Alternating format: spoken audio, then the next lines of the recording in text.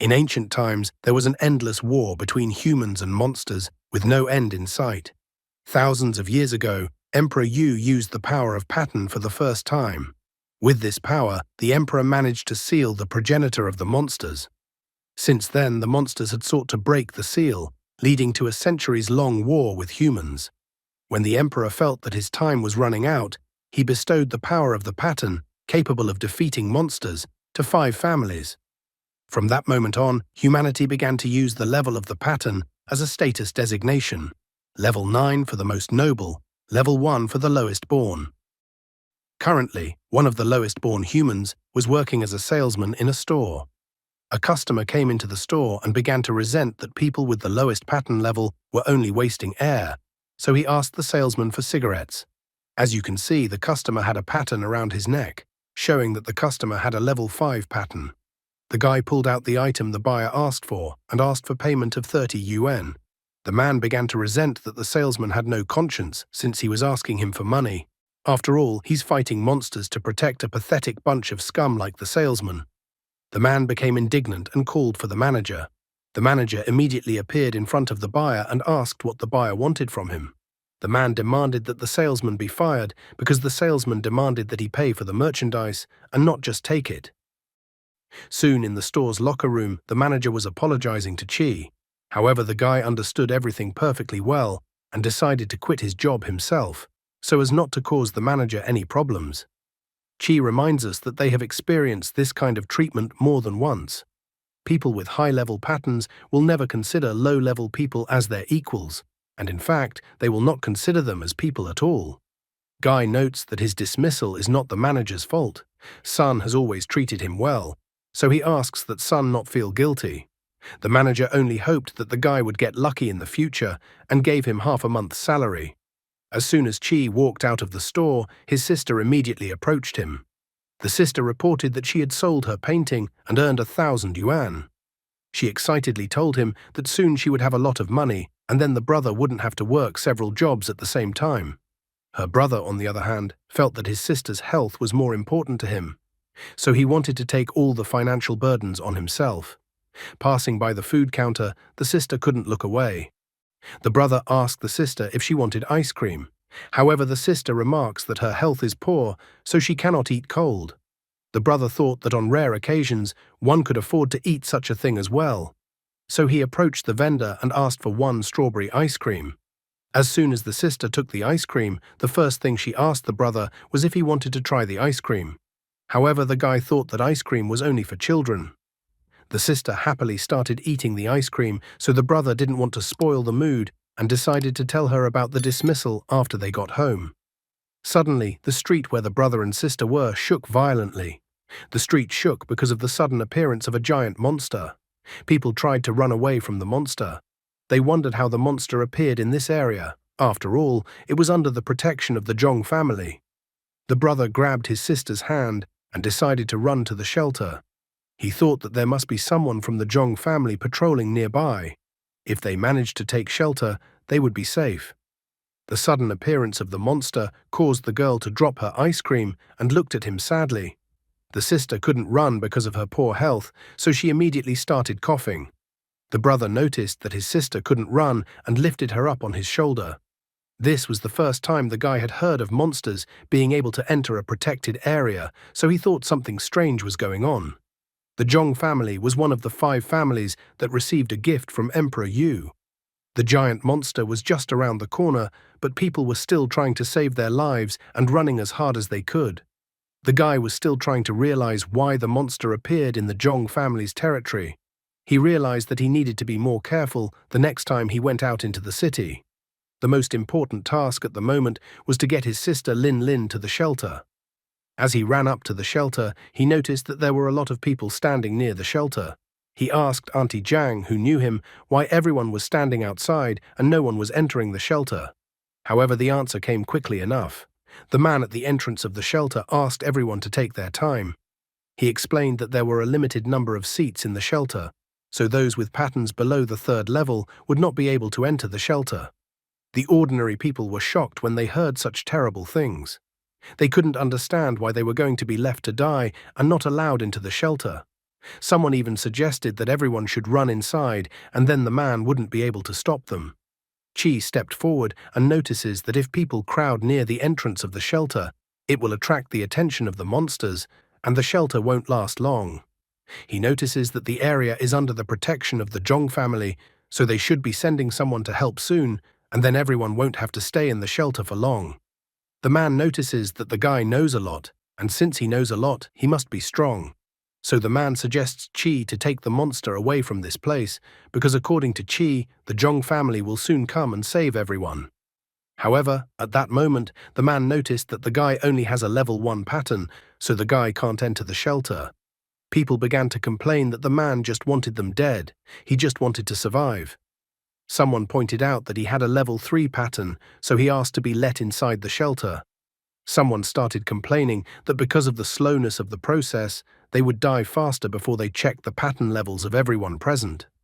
A general panic started and people were swearing at each other, which was what the man wanted.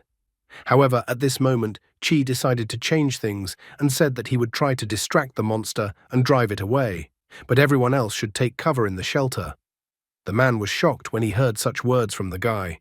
Chi decided to go on an incredibly dangerous mission, so the first thing he did was to approach Auntie Jiang and ask her to look after his sister. The sister was scared, but her brother told her not to worry, because he would come back right away after taking the monster away from this place. The guy wondered if everyone would be able to enter the shelter now. The man was shocked at such a reckless decision by the guy and didn't know what to say. Chi points out that the man should let everyone into the shelter, or else he will regret later that many people died because of his fault. Other people felt that the man didn't care about them. Some were even still trying to force their way in, hoping to get into the shelter. Eventually the man gave up and said that everyone could enter the shelter but had to observe the line. He even snidely remarks that the guy will definitely die. The sister is upset by such words. Chi only went as a lone warrior to the front lines while everyone else entered the shelter. The monster happened to be very close to the shelter, so the guy sprang into action. He started to draw the monster's attention to himself. The monster seemed strange to the guy, so he worried that the shelter might be in danger. The guy remembered well his rough childhood with his sister. He had a level 1 pattern and his sister had a level 0 pattern. In a society where level 9 pattern holders are at the top, the brother and sister were considered trash, so they were kicked out of the house. However, all these patterns had already bored the guy. The most important task for him right now was to get the monster away from the shelter for Lin Lin's sake. He kept running away and hiding again and again, then running away from the monster again and hiding again. In the end, the guy was too tired. He couldn't understand why the people from the Zhong family never arrived to deal with the monster. The guy thought that the monster looked like a tarantula. Such spiders usually hunted by relying on vibrations, so he tried to calm himself down, although it was difficult because he was too tired. The monster at this very moment loomed over the guy's head. The monster decided not to torture its victim any longer and attacked the guy. But at that moment a lightning bolt appeared and someone interfered with the monster.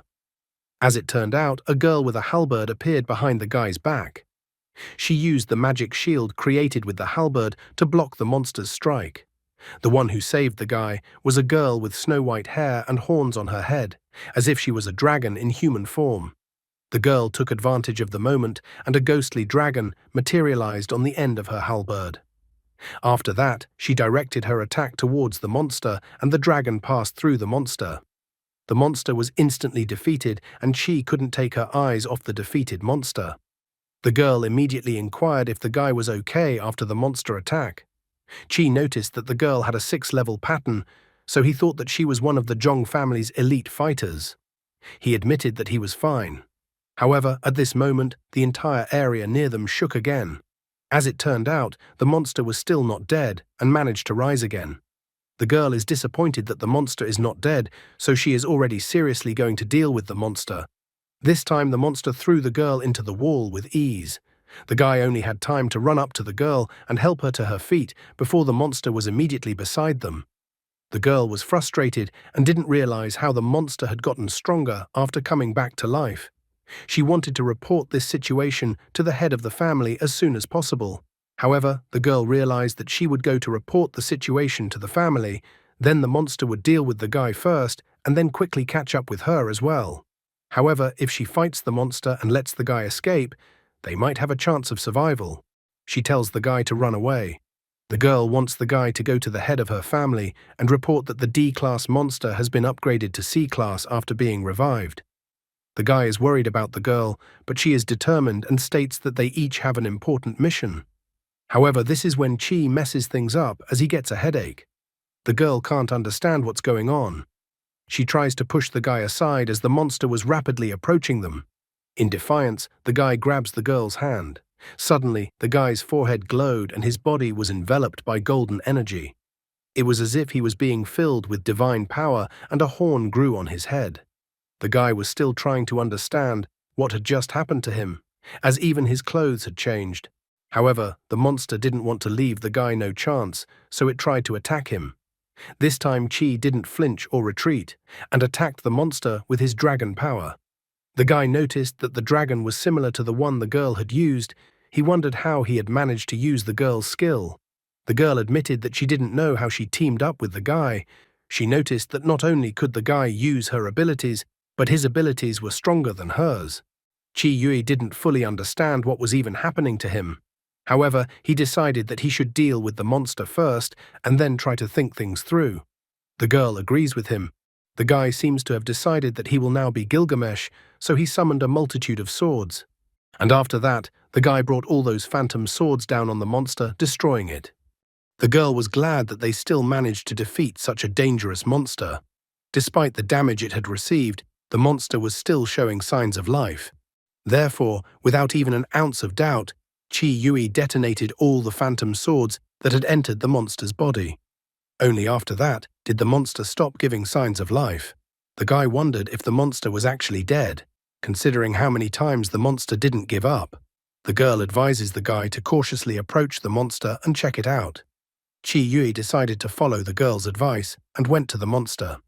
However, as soon as he got close to the monster, he and the girl split into two separate bodies again. At the same moment, he began to fall down, for he was just an ordinary person. However, his life was saved as the girl managed to pick the guy up in her arms before he fell to the ground and crashed. After that, she landed safely together with the guy. Because of the strange situation that occurred, they even both blushed, and the girl put the guy on the ground. After that, Chi Yui thanked the girl for her help, but she disagreed because she was the one who should thank the guy. At this moment, the girl's subordinates appeared. She ordered the subordinates to start the auxiliary operation after the disaster as usual. The girl then grabbed the guy's hand and dragged him behind her. Chi Yui wanted to go to his sister since she was still in the shelter.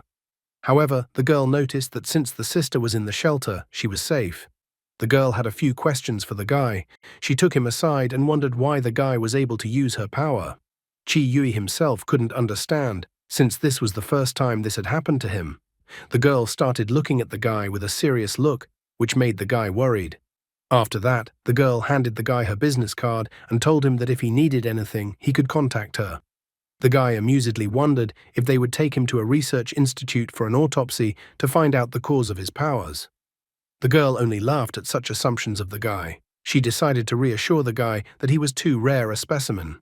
Considering his life, the guy thought it didn't sound like he was special, but that he belonged to an endangered species. She announces that she will protect the guy. A subordinate ran up to the girl and handed her a phone, informing her that the master was looking for a girl. The girl took the phone and started talking to the master. The subordinate looked at the guy with displeasure and even called him low-level trash. The girl finished talking on the phone and immediately called out to the subordinate. He immediately bent down to take the phone from the girl and asked what else he could help his miss with. However, to his surprise, his miss informed him that she was firing him. The subordinate helplessly fell to the ground, trying to realize how he lost his job. Chi Yui, on the other hand, asks the girl not to pay attention to such statements to him because he is already used to such things. However, to his surprise, the girl thanks him again and gives him a gift, a card. She asks the guy to accept her gift because he saved not only her, but also all those who were on the street. The guy looked at the card the girl gave him and then put it in his pocket. The girl's name was written on the card, Zhong Yuyan. Chi Yui accepted the gift from the girl, then said goodbye and went to the shelter where his sister was. Looking after him, Zhong Yuyan said that this guy was the key to resolving the whole situation. Soon the sister had to be taken to the hospital. Qi Yue applied cold compresses to her head to bring down her fever. The sister tried to reassure her brother, noticing that she was fine. However, the brother noticed that the sister's temperature had risen slightly. He thought it was because the girl had been scared a lot yesterday. As soon as he returned to the shelter after fighting the monster, his sister immediately ran up to him and hugged him. The people who were in the shelter were happy that the guy was alive and greeted him as a hero because he had saved everyone. A man immediately ran up and got on all fours in front of the guy. He apologized for deliberately putting people in a difficult situation, so he asked that the guy ask the Zhong family so they wouldn't fire the man. The man did not do this at all sincerely, he was only worried about his job. It was too humiliating for him to bow down in front of a guy with a level 1 pattern. Lying in the hospital bed, the sister apologizes to her brother and admits that she feels like she's pulling her brother back. She wanted to say that her brother almost died yesterday because of her, but her brother interrupts her and refuses to listen to such words. He points out that outsiders' conversations are not about their family. So if the sister feels guilty, let her make him the best radish and pork rib soup when she recovers. Suddenly, someone knocked on the door of the girl's room. The brother decides to go and see who came, and he asks his sister to take her medicine and get a good night's sleep. As soon as he came out of the hospital room, he was greatly surprised. In front of the sister's hospital room gathered incredibly many people, so the guy could not help but be surprised by this turn of events. Qi Yue wonders if the people came because of Miss Zhong. The guy immediately admits that this is the case and he is following Miss Zhong's instruction. However, the blonde guy with glasses immediately runs up to the guy and informs him that if he falls into the clutches of the first guy's family, he will become useless. The blonde guy with glasses thought the guy was interesting, as the guy was a low-level pattern holder and has abilities like a high-level one. The blonde guy with glasses thought that this was a new mutation, and he was eager to study this mutation. Qi Yu was stunned by such remarks towards him. A girl standing nearby remarks that scientists are crazy and that they only want to study someone or dissect them. She tries to seduce the guy and wonders if he wants to join the Shen family. After all, they are no less noble than the Zhong family. Suddenly, the guy is in incredible demand. The Zhong and Shen families wanted to get their hands on him. Someone present also noticed that his family also wanted to get the guy. They were surprised that the guy was being offered the best options. However, the guy was not so simple. He only saw strained smiles in their gazes. People still thought he was trash. They thought he was just lucky and that any of the families just wanted to squeeze everything out of him and throw him away.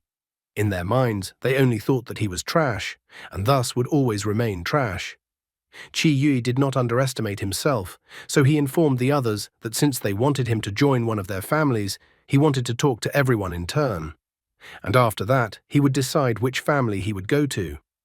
This antics of the guy infuriated almost everyone present. They began to resent that the guy is taking too much on himself, and after all, he is only a low level. However, the guy didn't lose his pride, and he pointed out that everyone present should realize that they were the ones begging him to join them. The guy even showed in front of the eyes of those present the card that Zhong Yuyan had given him. Qi Yue informs the guy who was from the Zhong family that since the eldest daughter of the family kindly invited him, he feels it is too disrespectful to reject such a generous gift. So he informs that he is joining the Zhong family. However, there was a problem. His sister had a fever, so his sister needed to stay in the hospital. The Zhong family guy immediately understood everything and said that the girl would be taken with Qi Yue to the Zhong family's private hospital. After that, the guy went back to his sister's room. Everyone who came was furious at the guy's antics. Someone even remarked that such a guy couldn't be made to bow his head by power alone. The sister inquired what had happened. The brother reassured his sister, for they would be fine now. At this time, a raven was watching the conversation between the brother and sister on a tree branch near the hospital. In the evening of the same day, Qi Yue went to the Zhong family's house. There were many people in the Zhong family house.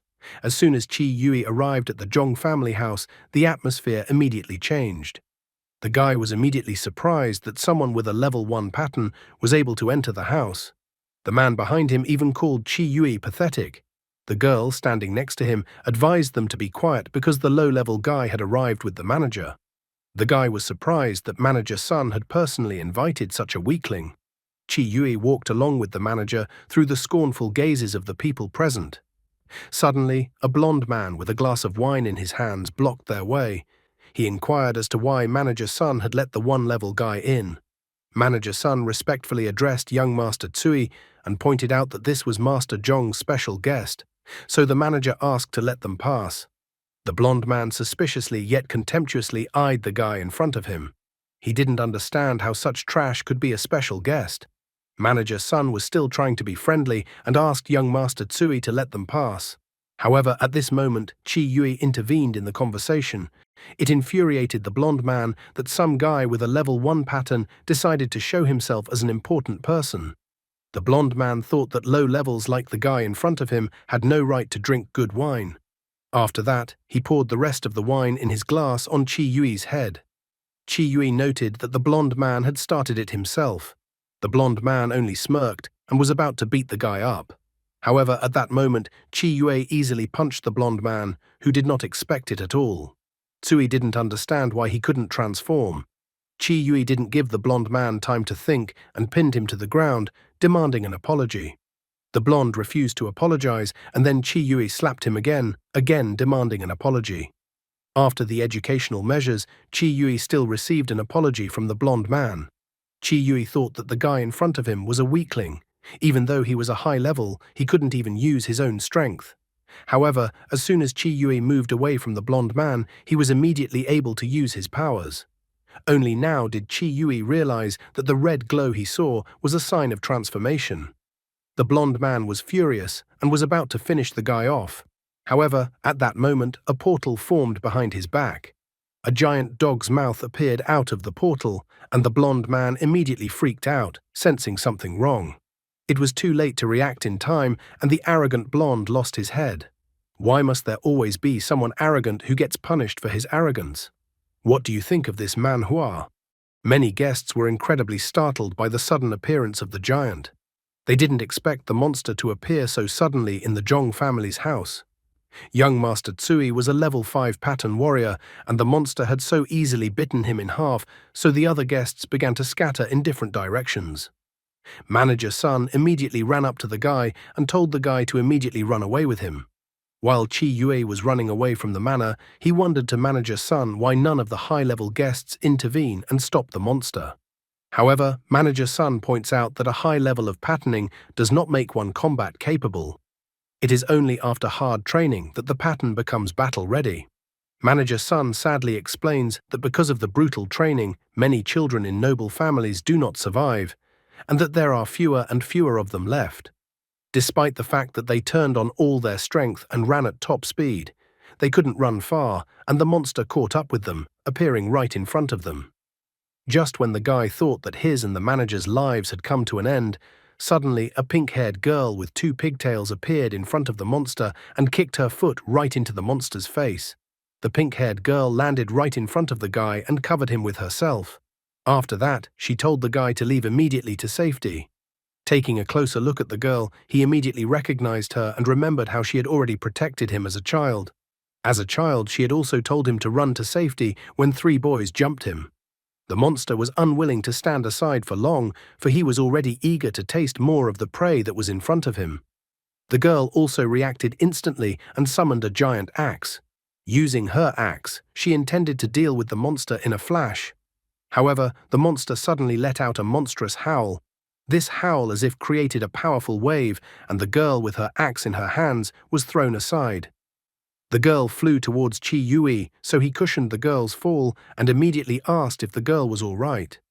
She was all red with embarrassment, considering the position she fell on the guy. The monster seemed to grow stronger after its terrifying howl, as if it had summoned a whole pack with its howl. All the monsters scattered in different directions and grabbed their prey that still couldn't escape. Just then, 4 monsters from the pack attacked the guy and the girl. The girl immediately grabbed the guy's hand and told him to run along with her.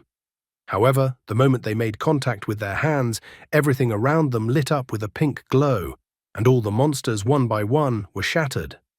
Once the dust settled, the guy was still in the same place, and he didn't understand why one would run away in such a situation. What surprised him more was that he was colored pink this time. The girl remarked that the pink color was incredibly cute, so she ordered that Chi Yui should destroy all the monsters with the pink axe. The guy, on the other hand, was only too happy to destroy all the monsters that appeared. The monster wasn't going to let up either, and it devoured the corpses of the monsters and summoned them again, much to Chi Yui's surprise. The guy chopped down every monster that approached him, swinging his axe again and again. Soon he noticed that there was no end to the monsters, and they were arriving again and again. In the heat of battle, the guy even asked the girl if she liked spinning around like a ride. However, the girl doesn't understand what he means, as she has never been on a ride, so she asks the guy to take her to ride the ride afterward. Chi Yui promises that they will go to the amusement park as soon as they manage to get rid of the annoying monster in front of them. He quickly spun around with the axe in one place for 360 degrees. As a result, Chi Yu created an artificial tornado with which he instantly dispersed all the summoned monsters. The main monster was not going to tolerate such insolence from the guy and ran at him with all its fury. After waiting for a moment, Chi Yui did not engage in direct confrontation with the monster, but simply threw the axe directly at the monster. The monster, which had recently run at great speed towards the guy, suddenly slowed down. In fact, a giant hole was formed in its body from the impact of the axe, which pierced through the monster. The defeated monster fell to the floor and its eyes closed forever, just like the ones it had managed to eat this evening. Just as Chi Yui sighed with relief and thought that it was already over, he and the girl once again split into two bodies. The girl immediately jumped into the guy's arms and rejoiced at their victory over the monster. She even demanded to go to the amusement park. At this moment, Zhong Yuyan burst into the house. She immediately inquired if the guy was okay. The first thing she saw was the guy lying on the floor with a pink-haired girl sitting on top of him. Zhong Yuyan's face even turned red at this moment. She immediately turned to Ms. Luo. Luo was also to see her junior. The guy was surprised to hear that Zhong Yuyan was considered the junior. Luo takes the girl by the hand and notes that she is a few years older than Zhong Yuyan. Zhong Yuyan apologized for scaring them.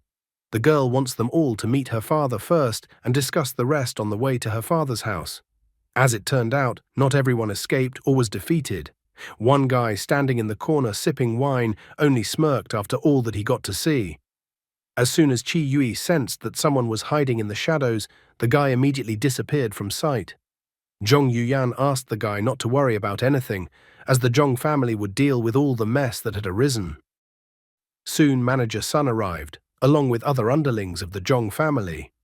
He asked all the survivors to leave the house accompanied by guards. The Zhong family was later going to explain everything that had happened. Zhong Yuyan immediately noticed that the monster that appeared in Zhong's house was exactly the same monster as the one that appeared in the shopping district. She notices that there shouldn't be such monsters because there are barriers above the Zhong family's house and the shopping district. Therefore, she didn't understand how the monsters could have gotten under the barrier. She even speculated that perhaps the barrier had already disappeared. Chi Yui immediately wondered if the barrier was the reason why he had become so strange. Zhong Yuyan didn't have an answer to that question, so she marked it as just one of the assumptions. Luo asked the guy not to be afraid. After all, she and Zhong are by the guy's side. Zhong Yuyan brought the guy to her father and knocked on the door and informed her father that she had brought Luo Zhang and Chi Yue. However, as soon as she opened the door, she was immediately hit in the face by a tea bowl launched in her direction. The girl was upset, and Luo Zhang was angry at the old man when she saw this.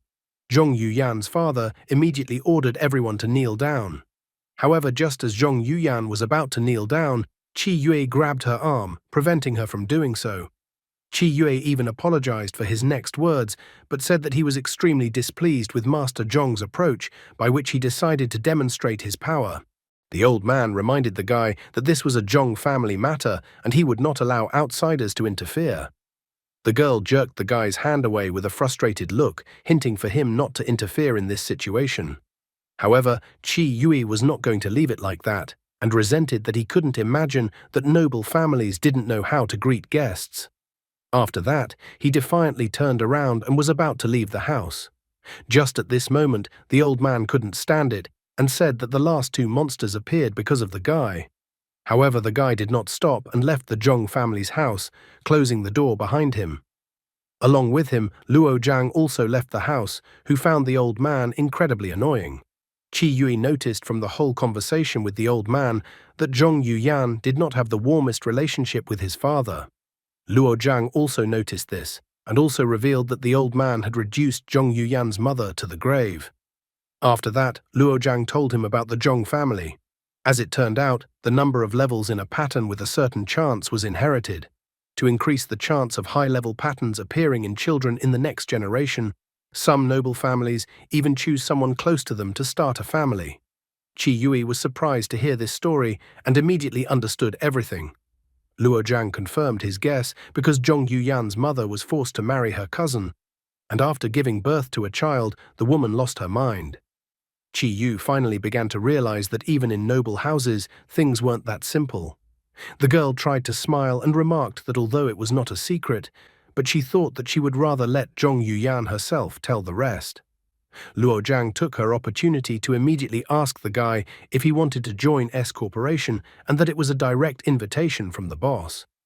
Qi Yui thanked the girl for the invitation and promised to think about her invitation. When he was about to leave the girl, she immediately asked him if he wanted to go to an underground auction with her. Qi Yui didn't understand why he needed to go to the auction. Luo Zhang was cunning, so she immediately reminded the guy about his sick sister. She said that she had heard that today's auction would feature an ancient jade that protected the body and soul. The relic was incredibly useful to the guy's sister.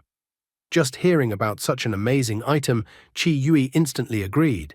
One could not come to the auction just like that and needed a proper costume. Qi Yui remembered that he had once applied for a job as an insurance agent, and so he bought one suit. Luo Zhang immediately discarded the option as it didn't fit, and offered to go and pick up a new suit for the guy. Soon the red-faced guy was standing in front of the mirror wearing the new suit Luo Zhang had picked out for him. She noticed that the suit looked very good on the guy and offered to buy two suits at once, but the guy refused. Suddenly, the son of some rich daddy noticed them. He immediately began to scoff that Luo Zhang had come to the store to pick out nice clothes for her boyfriend. However, Luo Zhang did not pay any attention to this blonde man and asked the store employee to pack two suits. The blonde man just got furious when he noticed that he was being ignored. He even remarked that he didn't expect Luo Zhang to prefer such smarmy guys at all. His girlfriend approached him to calm him down. However, he pushed her away and told her to get lost, as she had no right to say anything to him. The girl started to fall to the floor from such a blow, but at the same moment she was picked up by a charming red-haired girl who asked if the girl was all right. The red-haired girl immediately called the blonde man trash, because she thought that only trash would attack the weak. The blonde man thought he was the coolest and was about to beat up the red-haired girl. However, he was instantly punished when the red-haired girl kicked the blonde between his legs with her right foot. The blonde was lying pathetically at the feet of the red-haired girl, who called him a loser. Qi Yui had time to note that the girl was good. Just at that moment, a portal appeared behind the girl. Guys, stop attracting all possible and impossible bad luck already. He immediately shouted at the red-haired girl from the impending danger, but it didn't help, and the limbs that extended out from the portal grabbed the red-haired girl. Luo Zhang paid for the two costumes she had bought and only had time to turn around at the noise. She saw the guy grabbing the red-haired girl's leg while the red-haired girl was already half submerged in the portal. When Luo Zhang rushed to help the guy, the portal closed right in front of her. The girl had no idea what to do in this situation and how she could save Qi Yui. Being in the dark, as if in some kind of cave, the guy wondered if the girl who had gotten into this place with him was here. He was glad that they were okay. However, he shouldn't have touched the girl as she freaked out, thinking the guy was just another pervert. 3 flames of flame lit up above the girl's head. The guy tried to justify that he didn't mean anything by it, and reminded the girl that monsters could appear at any moment. The girl's hair suddenly became flaming, illuminating everything around her. She told the guy to move away from her, because if he didn't move away from her, she would definitely set everything on fire in this place. Qi Yue was not so impulsive and tried to think about why the monster had brought them to this special space. He noticed lightning fast that a monster started to appear from the ground under the girl, and so he pushed the girl aside. The girl was about to take out her anger on the guy who suddenly pushed her, but then she noticed that the shadowy spikes that came out of the ground pierced the guy's body. The girl immediately used her fire to save the guy. Her attack worked, and the shadow spikes began to disappear. Hoping that the girl was distracted by the injured guy, the shadow claws tried to attack her. However, with a gesture of one hand, the girl lightningly created a diamond-shaped fire dome around them, repelling the shadow monster's attack. She held the guy in her arms and told him not to pass out. The guy's eyelids, despite such support, gradually closed. As soon as his eyes sank into darkness, he remembered how he was once beaten up by other guys like he always was. They always mocked him and beat him up regularly, for he was the weakest in their eyes. In their eyes, he was not a human being, but just trash. Soon a red-haired girl with an umbrella came up to him, feeling sorry for the guy. All this time while he was being beaten, he kept the cake under him, not letting his abusers know about him. He wanted to give the cake to the girl since it was her birthday. The red-haired girl's name was Ling. Ling dropped the umbrella and cried loudly, even though it was pouring rain the whole time, although the guy asked her not to cry because everything was fine. Chi Yui slowly opened his eyes and informed the girl that everything was fine. The obvious tsundere immediately noticed that she wasn't worried about the guy, but worried that the guy would die trying to save her. The flames grew stronger and gradually enveloped the two of them. Eventually, the guy emerged from the flames. This time he even had giant wings on his back. The girl couldn't understand what was going on and why the guy was using her powers. Chi Yue was only now able to realize that he could merge with high-level pattern holders and use their powers. The girl was indignant, because then the guy had to ask her permission to do it first. Chi Yue immediately admitted that he didn't quite understand how this ability worked, and that this was only the third time for him. The girl was indignant, as this was the third time for the guy, and she didn't want to merge with the guy. Just at this moment, the monster started to make progress in destroying the dome. Therefore, Chi Yui decided that they would only be able to talk when they managed to get out of the situation.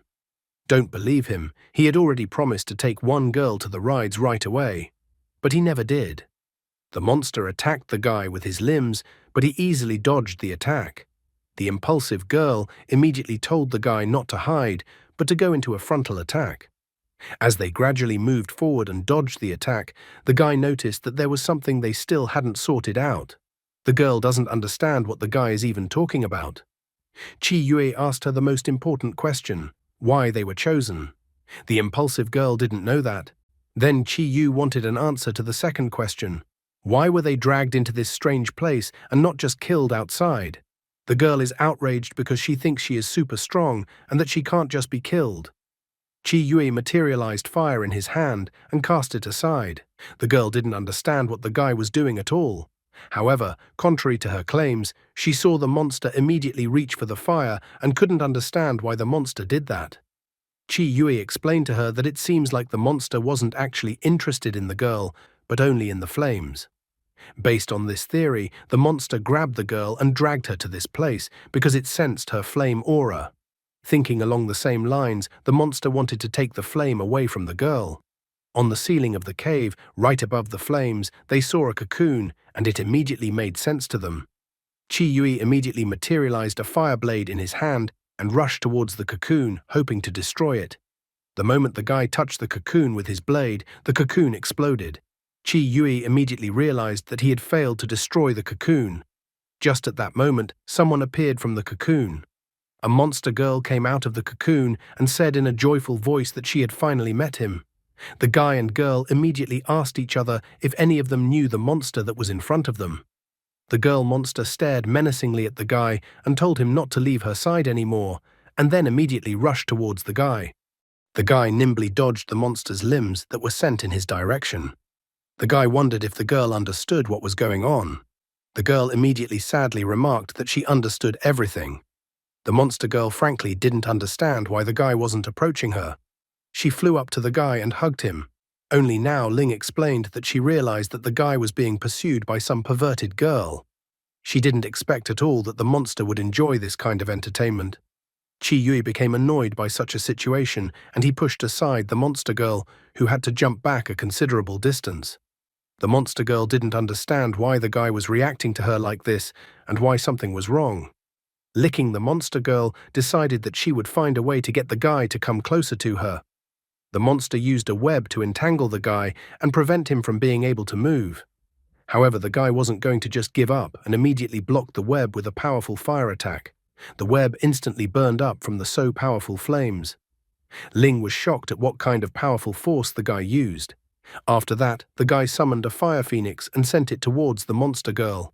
However, the monster girl was delighted by this, but still stated that the guy's attack was completely useless against her.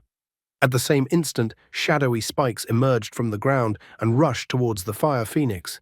Qi Yui was surprised that the flames were absolutely unable to harm the monster. The monster calmly blocked the fire phoenix's attack. Ling was also pondering about what they should do in this situation. Qi Yu immediately reminded the girl that they were in the monster's territory. Therefore, the longer they stayed in the monster's territory, the more trouble would await them. After analyzing the situation, the guy decided to take advantage of the fact that the monster was trying to catch him. Ling became curious as to what the guy was up to. Qi Yui confessed that the plan was simple but risky. First, he wanted to pretend to be weak so that the monster would grab him with its paws. After the monster would be distracted by something else, then he was going to break free and pierce the monster with his sword. Qi Yui only managed to come up with this plan. Ling thought this plan was too simple and also the risk was too high. The guy, on the other hand, realizes that they have no choice. After all, they are trapped in this space controlled by the monster, so they have to take the risks. Ling even apologizes, feeling that it's all her fault that they got into this situation. However, the guy remembers how the old man lastly stated that the monsters appeared because of the guy. Therefore, he's not sure if it's the girl's fault. After all, it's probably his fault. The guy decided to put all these speculations aside until they got out of the rotten place. Meanwhile, the monster's limbs were trying to attack the guy from all sides. In an instant, the unresisting guy was entangled by the monster's limbs. The monster was ecstatic that she finally managed to catch Lord. She even asked for Lord to be closer to her. The girl revealed that she had been looking for Lord for a long time. However, the guy immediately materialized a flaming sword in his right hand and pierced the monster with it. Suddenly, the girl appeared before his eyes as if she was from his memories. She happily brought her Lord tea. As soon as Lord only drank the tea she brought, he fell to the floor, and the girl had absolutely no idea what was happening. Just at that moment, an unknown man came and kicked the girl. He even taunted the girl that the pathetic puppet had fallen in love with the Lord. Returning to reality, Qi Yui couldn't understand where the events in front of his eyes arose from, like his memories. He even wondered if the girl wasn't lying and actually knew who he was.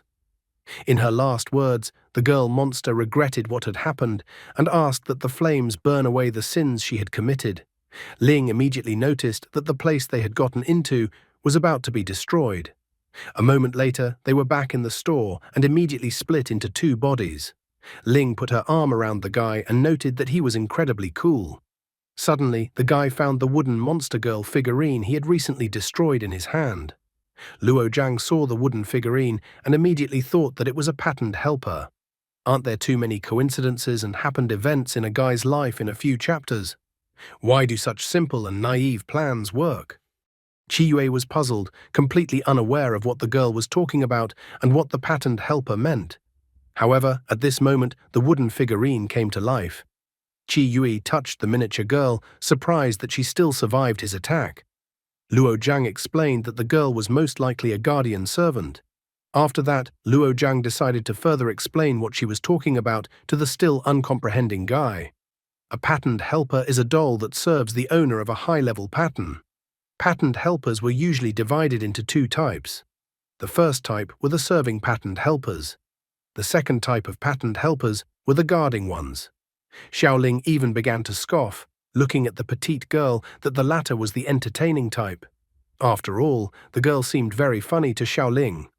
Luo Zhang had been in the mall all this time, not understanding what happened to Qi Yui, so now she was waiting for answers as to where the guy got the patterned helper from.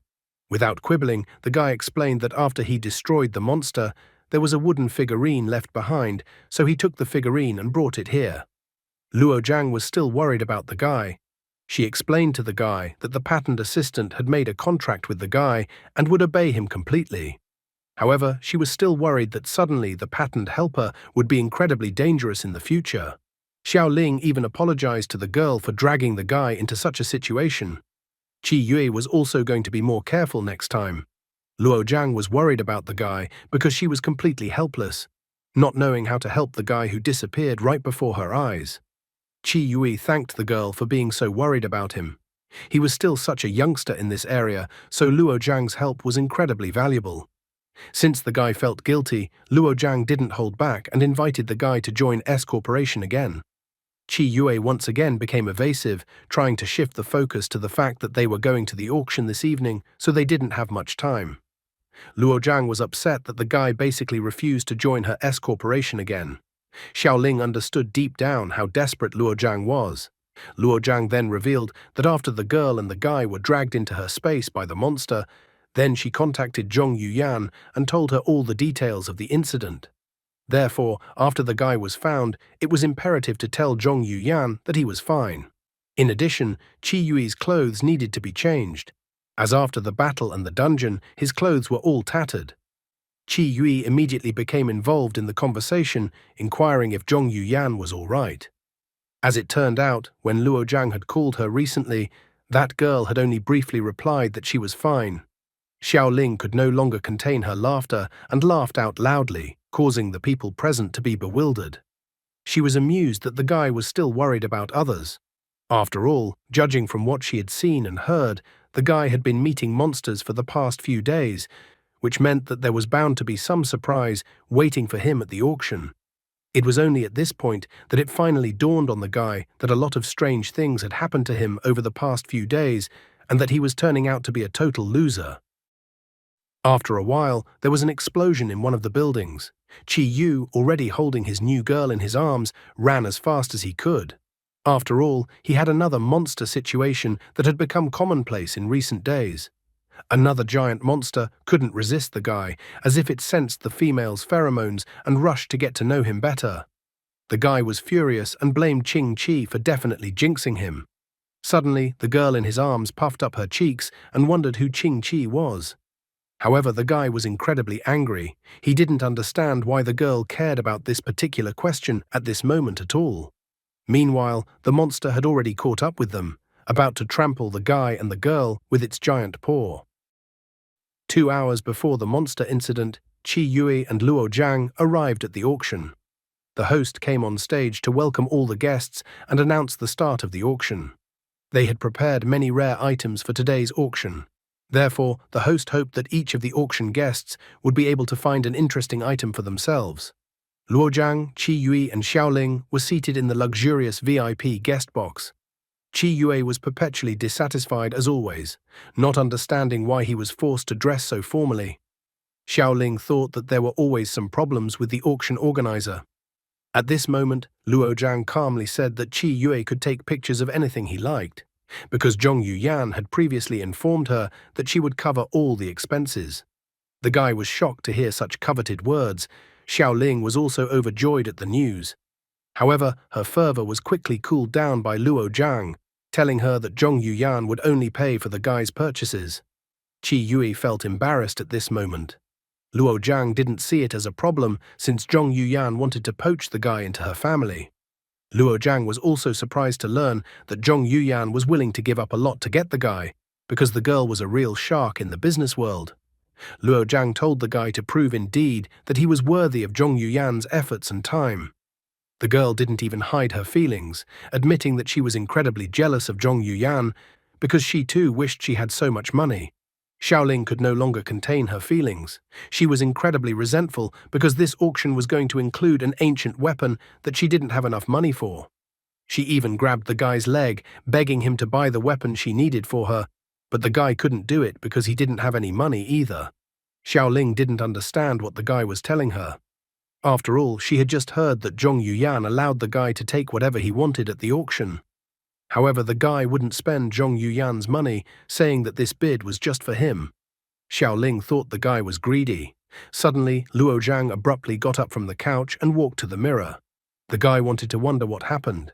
However, at this moment, the host was about to move on to the next auction item. The host noted that the main surprise of this auction was about to be revealed. Once the mystery was revealed, the host announced that the world had been explored in search of ancient items. A photo of the first mermaid had only been taken 30 years ago, and now the second mermaid discovered was displayed in front of the auction guests. The mermaid was incredibly distressed and incredibly frightened. Suddenly, her gaze changed dramatically, and she looked directly at Qi Yui as if she sensed something. Luo Zhang noted with sadness in her voice that sometimes such goods appeared in the auction. Xiaoling thought that it was incredibly vile to display such goods. Luo Zhang, as the more experienced one, explained to the guy in front of them that there was a mermaid in front of them. Currently, the phenomenon of such people had come to be called atavism.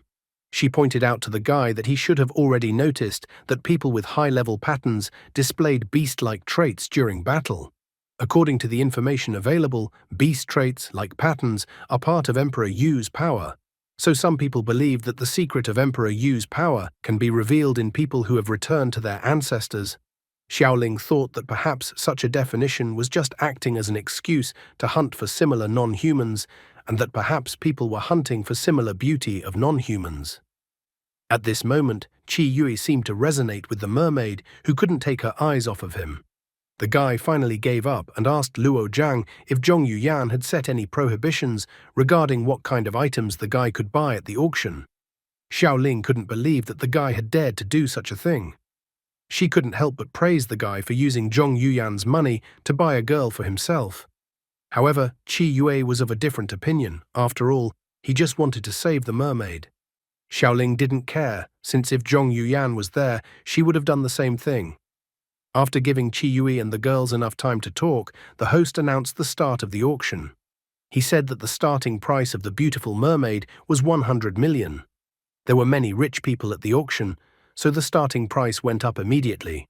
Someone gave 110 million, another outbid offering 130 million, then 160 million, a man offered 180 million. Next to them was the Qi family's box, whom Xiaoling politely called a pack of lunatics.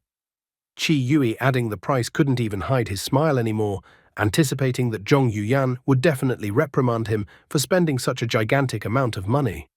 Xiaoling felt that they had no choice anyway, because if the mermaid fell into the hands of the Qi family, the mermaid would definitely be finished, so she wanted to save the mermaid. This gave the guy confidence, and he offered 310 million for the mermaid. The host was incredibly excited to hear that someone was offering such a sum of money for the mermaid. However, it seems like someone in the Qi family's box was clearly not happy about it. In the end, no one dared to outbid such a huge bid, and the host announced that the mermaid had been sold for 310 million. The guy was relieved and fell down on the sofa without strength. The girls were also satisfied, for they had managed to save the mermaid, albeit at Zhong Yuyan's expense. However, at the same moment, there was a massive explosion on the stage. The helpless host called out for help from anyone. As it turned out, a giant one-eyed monster appeared in the arena. The security system immediately sounded the alarm. The giant monster let out a monstrous roar, causing many of the auction guests to instantly react and rush to run as far away from the monster as possible. The mermaid was still intact, but trapped in a tank under the rubble of the building. Qi Yui's first thought was that they needed to save people at all costs. So Xiaoling grabbed the guy's hand, and the girls jumped straight out of the VIP box downstairs. Seeing that the guy was incredibly scared, Xiaoling didn't hold back and started teasing him about being afraid of heights. Once they reached the monster, Luo Zhang informed the others that she would hold the monster back, so Qi Yui and Xiaoling should get busy rescuing people. Summoning a giant axe, Luo Zhang resolutely rushed towards the monster, snarling at her. Qi Yui ran up to the mermaid first, asking if she was all right. Xiaoling told the guy to step aside as she decided to smash the aquarium with her sword. Once the aquarium was broken and the mermaid was in Qi Yui's hands, Xiaoling told him to start by carrying the mermaid away while she went to help Luo Zhang. The monster was quite strong, so even though Luo Zhang had already restrained it, it still attacked Xiaoling with its tentacles. Luo Zhang and Xiaoling both attacked the monster using their weapons, but to their disappointment, they were completely unable to even wound the monster. With the girls' pathetic attempts, the monster became enraged and let out a monstrous roar. It easily threw Luo Jiang and Xiaoling aside with its tentacles. The monster did not stop there, as it seemed that the girls were not the main course on its menu. The monster rushed towards the fleeing Qi Yui, who had a mermaid in his arms. So much trouble in 2 days is certainly something to have. If things keep going like this, he would soon be thrown out of the city so he wouldn't disturb the rest of the residents. Qi Yui ran as hard as he could while holding the mermaid in his arms, but the giant monster was already too close. As he continued to hold the mermaid in his arms, he dodged the giant monster's tentacle blows with great difficulty. At this time, all he cared about was how to get rid of the giant monster so that there would be at least one opportunity. The mermaid was already getting dizzy from his endless jumping. She began to scream and complain about how she was being treated. Qi Yue, on the other hand, looked at her with a look full of annoyance. The mermaid saw his facial expression and even cried. However, this irritated the guy even more, and he told the mermaid to stop crying. He brought his face as close to the mermaid as possible. But at that moment, the mermaid cried with incredible force that the tears literally rushed in a huge stream from her eyes. At the same moment, a bright blue aura enveloped the two of them. As soon as the glow disappeared, then instead of the guy and the mermaid appeared like a sea god. Powerful streams of water swirled around the sea god's body that even the giant monster stopped in place for a moment, slightly puzzled. Qi Yui at this time was as if he was on the seabed. He asked the mermaid what kind of place they were in and why the mermaid was in that place with him. The still crying mermaid began to look around. Qi Yui began to wipe the tears of the mermaid, who didn't understand what was even happening. He wondered if the girl could touch him too. Holding the mermaid's hands, the guy asked her again if this was her ability. Not waiting for an answer to his question, he didn't pursue the topic further, but reminded the mermaid that first they needed to get out and deal with the giant monster.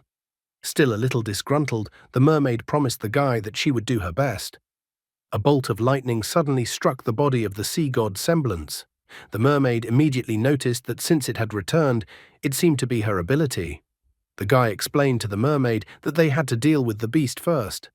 Now their bodies were united and could only be separated after defeating the giant monster. He even decided to mess with the mermaid, asking her to make sure she didn't start crying again during the battle.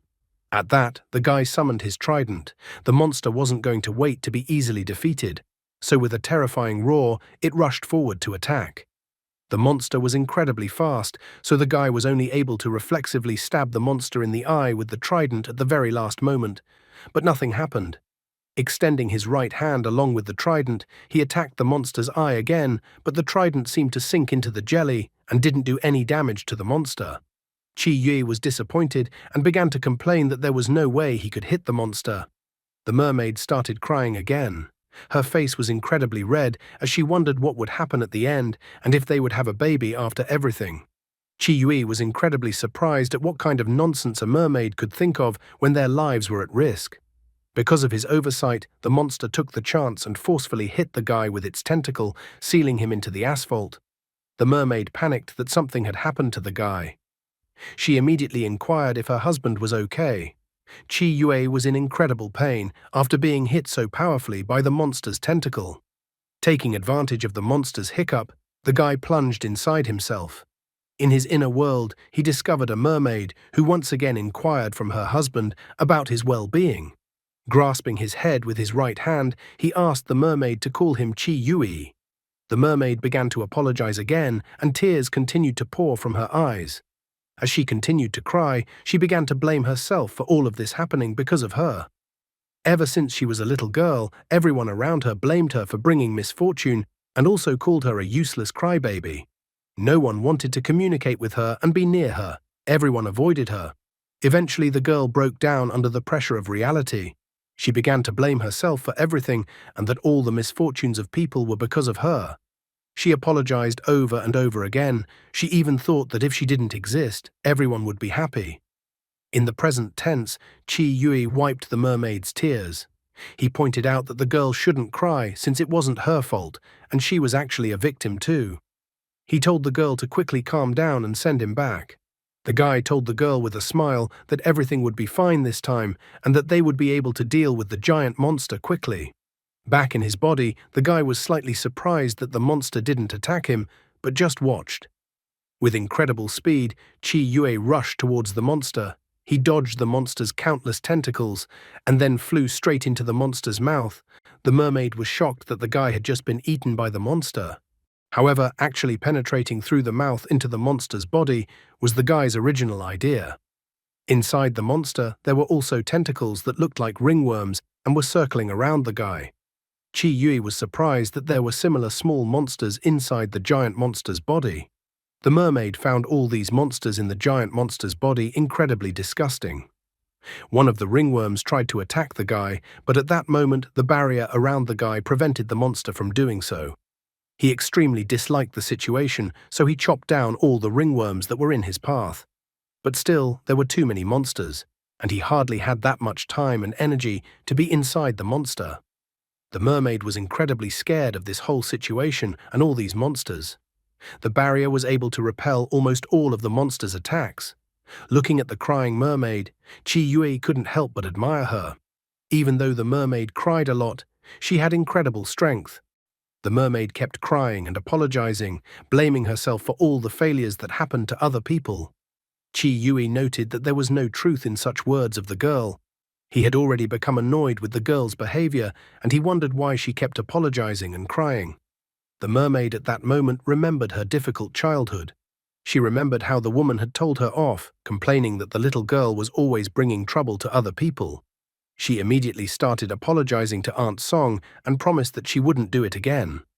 The aunt took the girl to a secluded place away from everyone.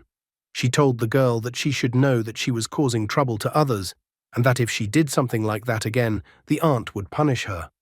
The girl cried after all these words. At the same moment, the aunt bent down and picked up the pearl from the floor.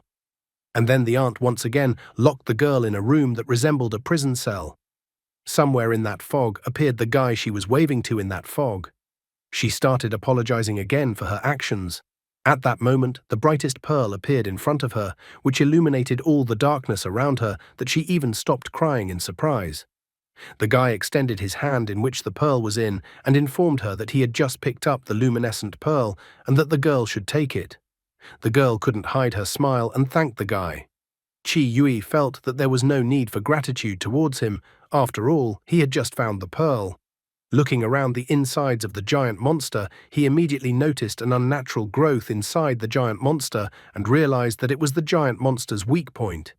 The girl finally began to realize that since the monster was hard to destroy from the outside, the guy had to get inside the monster to destroy it from the inside. The guy confirmed the girl's assumption. He even pointed out that the mermaid looked much prettier when it smiled. After that, Chi Yue became serious, concentrating the waters around him. Giving a spin, he rushed out holding the trident in his hand, attacking the giant monster's weak point.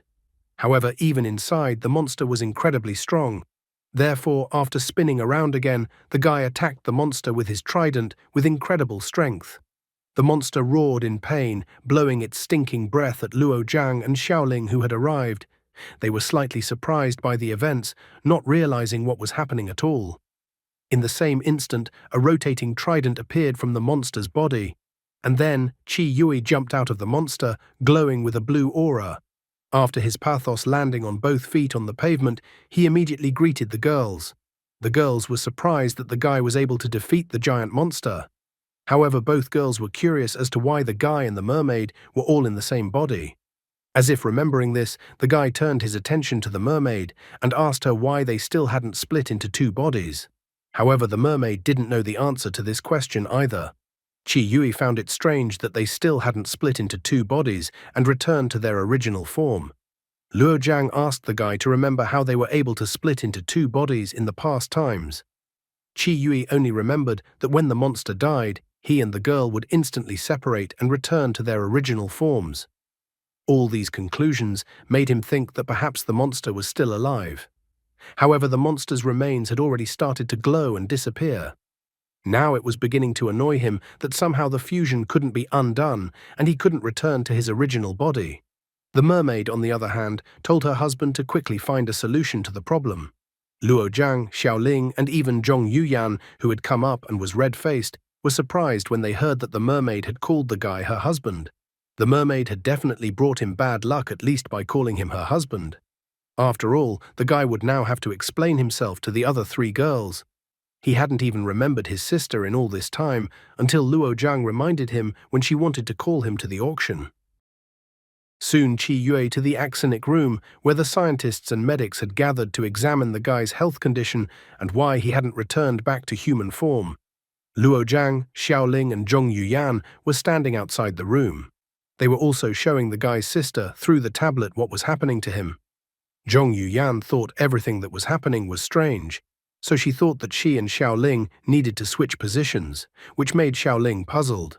Zhong Yuyan informed the guy's sister that there was no need for her to worry about the guy as he was not seriously injured. Therefore, she recommended the girl to rest. Luo Zhang also believed that good children should rest well. Zhong Yuyan had to explain that Luo Zhang only behaves this way with people she likes. Therefore, she promised that the girl would soon get used to Luo Zhang's behavior. These words made Xiaoling instantly blush. Seeing that everything was fine, Lin Lin decided to leave the three girls and her brother behind and went to rest herself. Suddenly, she saw her older brother and immediately called out to him.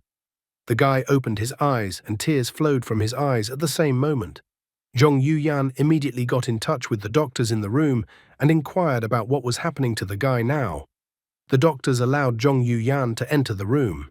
One of the doctors decided to tell her that after various examinations, all the doctors had come to a definite conclusion.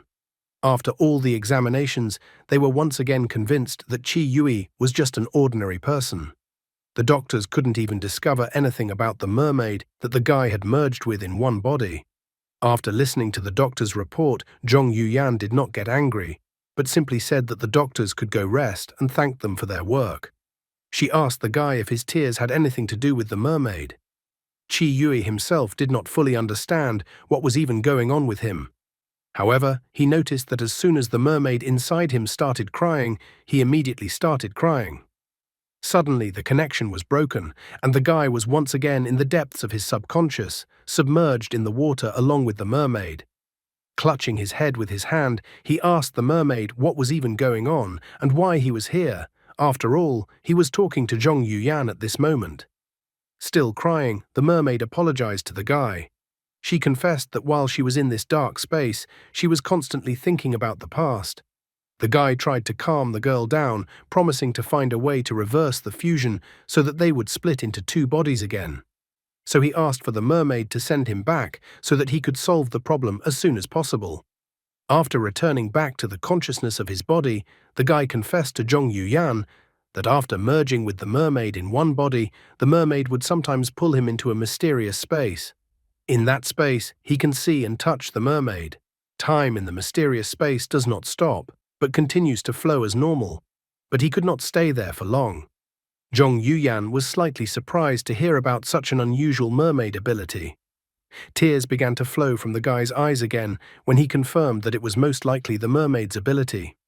Xiaoling noted that the mermaid's ability was quite strange, although she had expected something like this from a mermaid. The guy tried to make an assumption that everything was probably due to the fact that his and the mermaid's fusion in the same body had deepened. Zhong Yuyan thought that the guy's assumption made sense. She pointed out that scientists currently believed that it was a type of atavism, so it wouldn't be surprising if mermaids had some special abilities. Besides, people with high-level patterns also displayed beast traits during battle. Zhong Yuyan tried to remember what happened to her when she teamed up with Qi Yue, and also remembered the other girls who had also teamed up with Qi Yue. Xiaoling had an idea and asked the girl if the problem was that the doctors couldn't reverse the fusion in one body because of the mermaid atavism. Zhong Yuyan confirmed her assumption, considering it as one of the supposed options. Xiaoling thought that if they helped Lan Yuan return home, then maybe they could reverse the merging of the mermaid and the guy in one body. Looking at his sister and crying, the guy asked that Lin Lin not to worry about he and rest more. Lin Lin was worried about the guy, but still decided to follow his instruction and go rest. She herself sat sadly in the hospital room on the bed beside the clipboard. The girl was worried about her brother and also blamed herself for being incredibly helpless and unable to help her brother who needed help. She was frustrated that she was only dragging her brother down. At that moment, Patterned Helper flew up to her, holding a handkerchief in her hand. Patterned helper held out the handkerchief to the girl. Lin Lin immediately started wiping her tears. She began to complain that if she wasn't there, her brother would be much happier. The next day, the guy left the room with the doctors. He put a hood over his head and tried not to stand out. However, the guy still kept crying. The most amazing thing was that after so many tears, his eyes didn't even swell or turn red. People around began to notice the guy's tears. One of the guys asked another guy to pay attention to Qi Yue because he seems to be being subjected to domestic violence. The other guy also noticed that Qi Yue was in tears. Both guys concluded that girls like the one walking in front of Qi Yue were undesirable and they would never want to date one. Upon hearing the guys' conversations, Xiaoling even started laughing.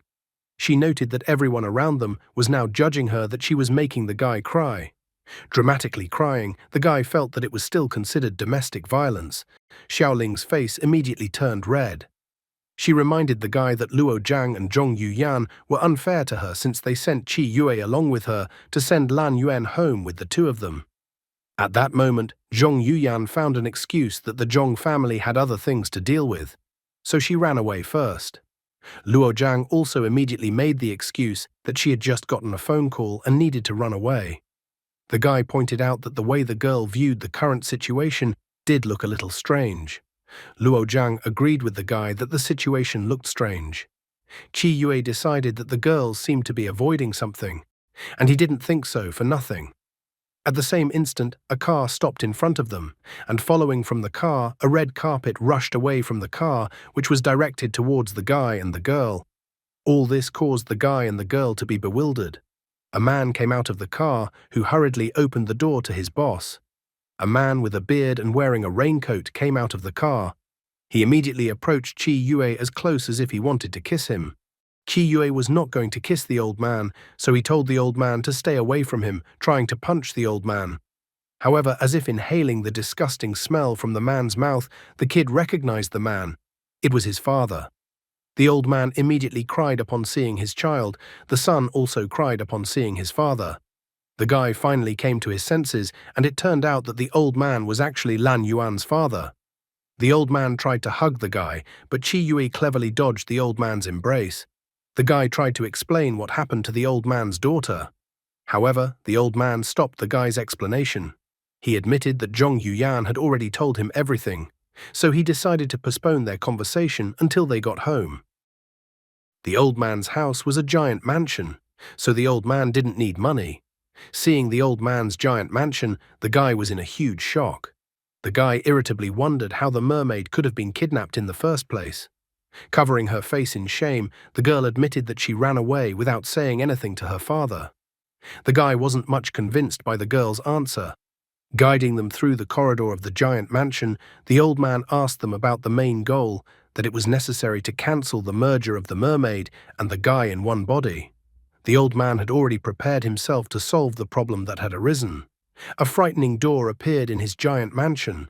The old man informed the guy that the solution to his problem, the guy must pass a test on the other side of the door. Qi Yue didn't quite understand what passing the test had to do with cancelling the process of merging him and the mermaid into one body.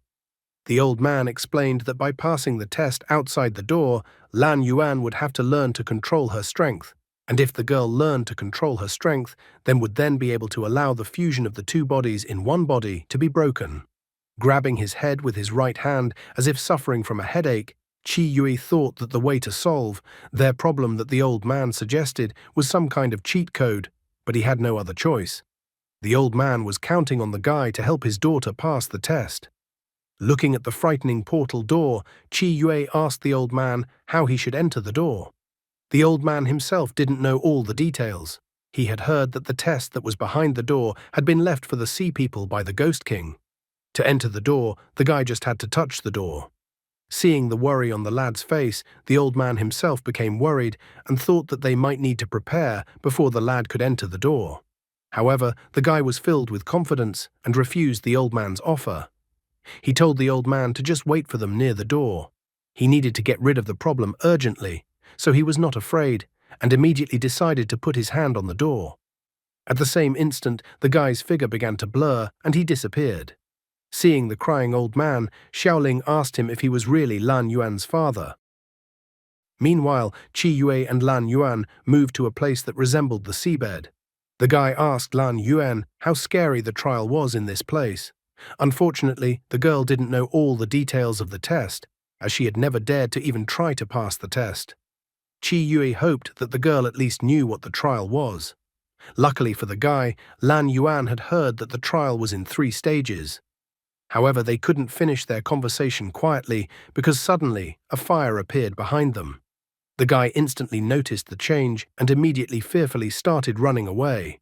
Behind him, as if a volcano began to erupt, and lava poured with great speed after him. He concluded that it looked like the first stage of the trial was testing his physical endurance. Right in front of him, he saw a giant axe, as if he was undergoing some classical test or looting ancient tombs. At the last moment, he jumped into the air above the axe, and behind him, fish started jumping out of the water. Showing incredible flexibility for a man, he jumped away from the wall, and just behind his back an explosion went off. Despite the explosions, the guy ran as fast as he could, while the lava and flames behind him tried to catch up with him. Cool guys don't look at explosions, so he didn't either. He even breathed a sigh of relief. After all, this was just a test of physical endurance. However, running at full speed underwater was too tiring, though he managed to get by. Suddenly, the mermaid grabbed the guy's hand and informed him that her husband was amazing. The girl hugged the guy and informed him that if it wasn't for the guy, she would have failed a long time ago. The guy's face instantly turned red, but he still asked the girl again not to call him her husband anymore. Suddenly, some sort of whirlpool appeared underneath Qi Yue. Then the energy obtained from the whirlpool began to gather into a single entity. Seeing a copy of his current self in front of him, consisting of water, the guy realized that the second test was to fight with himself. The unimpressive water clone waved the guy to fight him.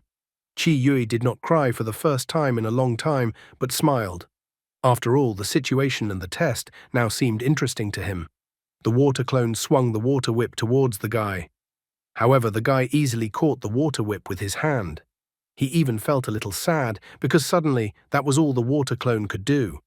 However, at this moment, the water clone smiled insidiously and let go of the water whip's handle. Only now did Qi Yue notice that the remnants of the water whip in his hand began to disintegrate. A water tornado began to form from the drops of the water whip, and the water tornado instantly formed and tossed the guy's body and spun around. The water clone didn't stand aside and wait for the outcome, but rushed towards the guy. At this moment, Qi Yue surfaced from the water tornado and tried to attack the water clone. The mermaid has given the guy problems, and he still has to take care of his sister, not crying all day long. The water clone was a bit taken aback by such a sudden lunge from the guy in its direction. But with great speed, Qi Yue struck the water clone with his right fist, and then putting power into his punch, finished the water clone with a powerful right leg kick. At full speed, the water clone collided with a rock, and then its body began to sprawl, losing its original shape. The girl was in awe at how amazing the guy was. Suddenly, a blue blob of energy flew out from his body. In the same instant, the girl appeared in front of the guy. She was surprised that she was able to return to her physical form again. It seemed strange to them. The mermaid noted that despite the fact that they were still in the same body, she could now touch the guy. The guy was also surprised by this fact. Suddenly, Lan Yuan felt something strange, and her face changed. Qi Yue tried to ask her what happened. The mermaid stepped forward and hugged the guy. With a trembling voice, she admitted that a memory had come over her. It was an illusion sent to her during the ordeal. The guy asked the girl not to be frightened. He was slightly surprised that the girl was so scared about the trial. Qi Yue didn't find this whole ordeal too dangerous as he had originally thought. Tears reappeared in the girl's eyes as she was incredibly hurt and scared. Now the guy realized that it looked like it was time for the third trial. The girl admitted to her aunt that she was wrong. The aunt noted that the girl had finally figured it out. She looked at the girl with an incredibly horrified face and then asked what the girl specifically thought she had done wrong. Yuan was all trembling with fear. She tried to say what she shouldn't have done. But the aunt was furious about it all, and she grabbed the girl, saying that the girl shouldn't ask to hire more babysitters. She began to mentally pressure the girl, As if it wasn't enough for the girl to have her, the woman hugged the girl and, with a frightening expression on her face, declared that she was the only one who truly loved and cared for Lan Yuan.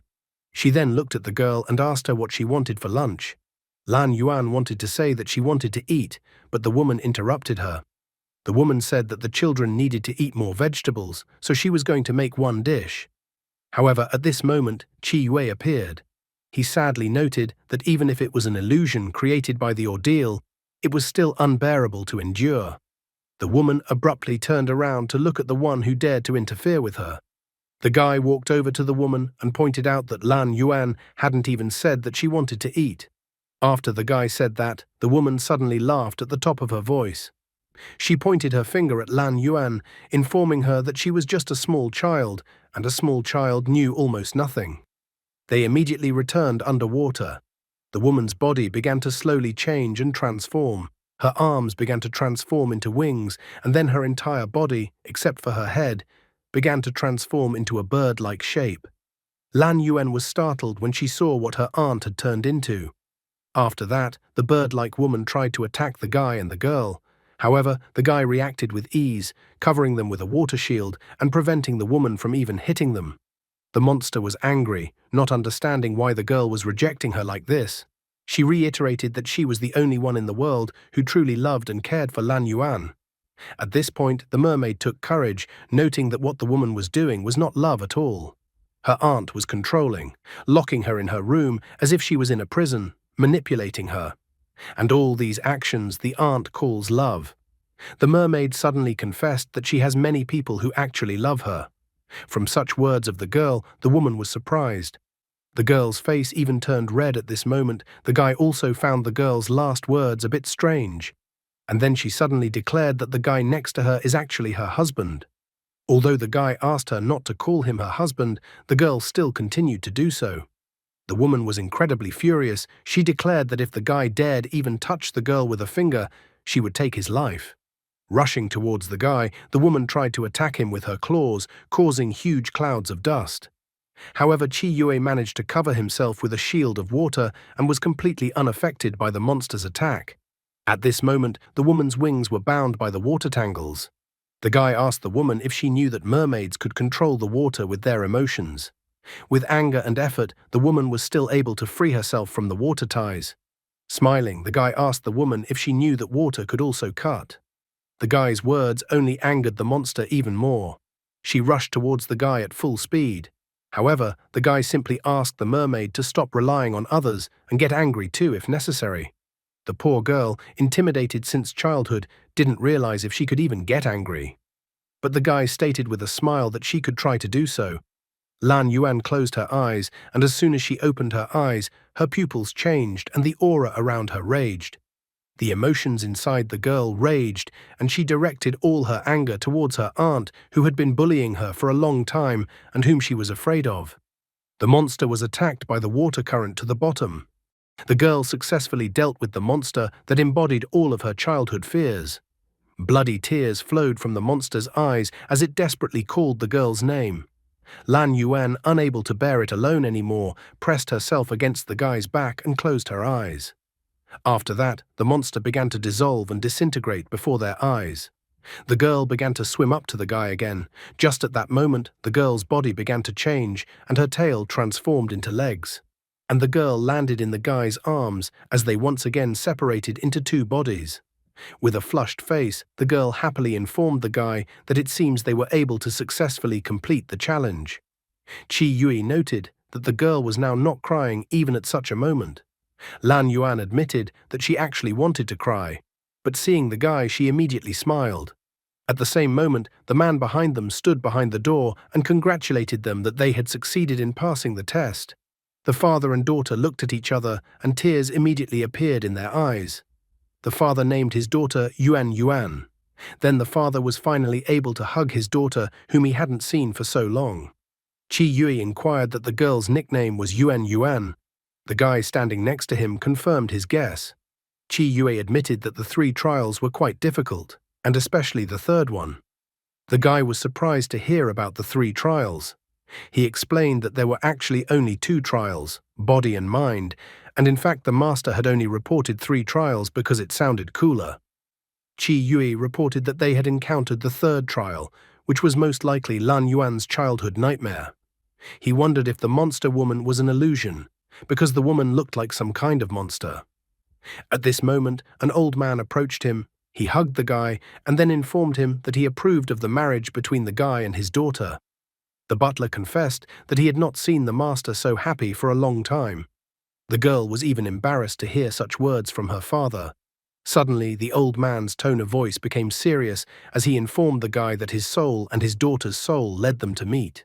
Qi Yui pondered over the old man's words as he had already started to suspect something because of the past few days. However, at that moment, the old man smiled again and winked at the guy. He wanted to get along first with the guy who would soon call him Daddy. Looking at the girl who was getting excited, the guy reluctantly agreed to chat with the old man. Lan Yuan was so happy that her future husband and her father could get along. Qi Yui told the old man that they had encountered the 3rd trial. The old man was already aware that the 3rd trial was an illusion. The old man noted that he had originally heard about the 2 trials. His wife had told him about the 2 trials, and she definitely wouldn't lie to him about something like that, so there had to be 2 trials. The guy wanted to object, but then changed his mind. He informed everyone present that his younger sister was waiting for him at home, so he needed to go to her. The guy explained that his sister was not well. The old man got worried, but Qi Yui clarified again that the Zhong family had taken over his sister's treatment and the girl had started to recover. Therefore, he promised to introduce them to his sister once his sister was better. Reluctantly, the old man agreed to his decision. Leaving the villa, the guy headed towards the car, saying goodbye to the old man and Lan Yuan before leaving. The old man and Lan Yuan also waved back to the guy, saying goodbye to him. The old man invited the guy to visit them again sometime. Sitting in the car during the trip, Qi Yui thought more and more about the past few days. There were too many mysteries piled up on him in the past few days.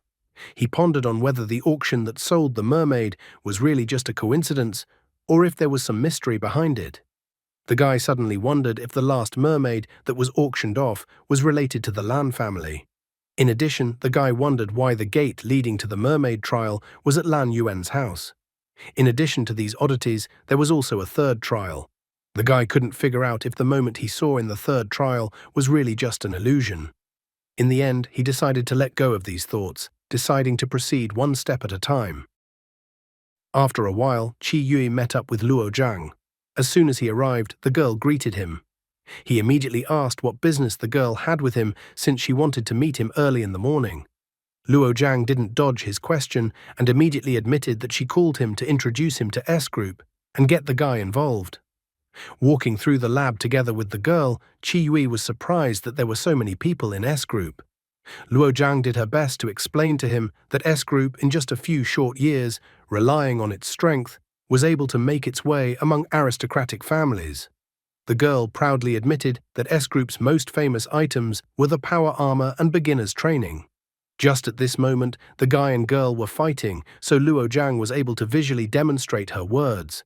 She also pointed upward and then explained that Qi Yui need not worry about being drawn into the battle, because the battle zone is protected by a barrier. The green-haired girl then informed the sparring pair that training was suspended as Director Luo appeared. The girl and the guy who were still fighting a short while ago instantly stopped their fight. The girl quickly put away her battle suit for training and then said hello to Director Luo and the handsome young man. The guy tensed up a bit but said hello to the girl in return. What caught his attention more was the suit the blonde man was wearing. The guy standing next to him asked Qi Yui if he wanted to try out their costume. Qi Yui thought that it would be slightly inappropriate. However, the purple-haired girl calmed him down by saying that this thing was quite easy to operate. In the end, she managed to convince the guy to at least try out the battle suit. Qi Yui stood in the indicated place and then inquired about what he should do next. The battle suit was instantly put on him and then he abruptly took off. The guy told the battle suit to stop and then tried to contact Luo Zhang, but he was unable to contact her. Qi Yui couldn't understand where such a situation would lead him and how he could get out of it. There's only one thing to say. The swing he's been on for the past few days is definitely incredibly strong, and he's never bored. When can we expect the guy to declare himself an Iron Man and reveal that his real name is Tony Stark? The guy in the battlesuit flew outside the laboratory at high speed. He tried his best to contact Luo Jiang and her team, but he was having no luck. Looking forward, he even thought that this was the destination chosen by his battlesuit. The guy saw that this place was just an ordinary mountain. However, rather quickly he changed his mind. Looking around, he couldn't hide his surprise. With the help of the battlesuit, he flew to some kind of experimental base. The doors of one of the rooms opened and the battlesuit directed the guy right there. Then, sneaking into the room, the guy noticed that the room seemed to be waiting for his arrival, as there were a lot of military people around. He even wondered if the people here were competitors of S Group, or if they were internal spies. Almost immediately, a girl came out to Qi Yui. She greeted him and was happy to see him for the first time. The girl also announced that her name was Fu Shui and that she was one of the directors of S Group. Next to her was Liu Yun, the director of the research department. Qi Yui was not going to be polite, immediately demanding an explanation as to why he was dragged here alone. The energetic Fu Shui cheerfully stated that she wanted to help solve Qi Yui's problem. She got straight to the point, pointing out that she was well aware that the guy had been having a headache lately due to the problem of merging into one body with someone. Therefore, the girl decided that they could solve his problem together. From her mouth, the solution to the problem that had arisen sounded good, but he extremely disliked that there were too many military men here at the same time, as if he had been taken into custody, and if he refused, he would be forcibly forced to participate. After that, the girl led him to follow him deeper into their base. Looking around, the guy didn't really know if Luo Jiang and the others would be able to find him, considering how hidden he was now. While walking through the base, Fu Shui told him that it was the S Group's secret experimental base. The direction for research on this basis is to improve the effectiveness of appearance and increase of patterns in ordinary people. The guy didn't fully understand what the girl was telling him. Fu Shui then explained that patterns were not immutable and that with years of training, low-level patterns could become high-level patterns. However, the process of raising the level of a pattern is incredibly rigorous, and very few people are able to endure it. Therefore, for the vast majority of people, the number of patterns is fixed from birth. Guy guessed that perhaps the process of merging into one body increases the number of patterns. Thus, he concluded that Fu Shui had brought him to this base to try to figure out how to quickly increase the number of patterns when the process of merging two people in one body. Fu Shui couldn't hide her smile, realizing that she was not mistaken about the guy, and he understood everything from the first time. However, the guy pointed out that this whole operation didn't seem like any kind of legitimate research. After all, if it was legitimate, they wouldn't have needed to secretly kidnap him without even telling Luo Jiang. Liu Yun couldn't just ignore the words said by the guy, but still remained silent. Qi Yue pointed out that it looked like they had already sent people to put pressure on Luo Jiang.